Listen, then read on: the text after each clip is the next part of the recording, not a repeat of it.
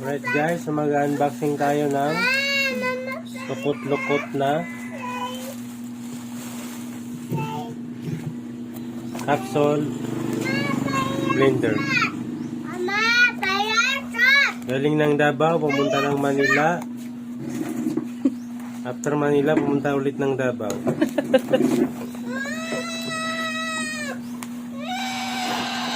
Ayan. So, may kasama siyang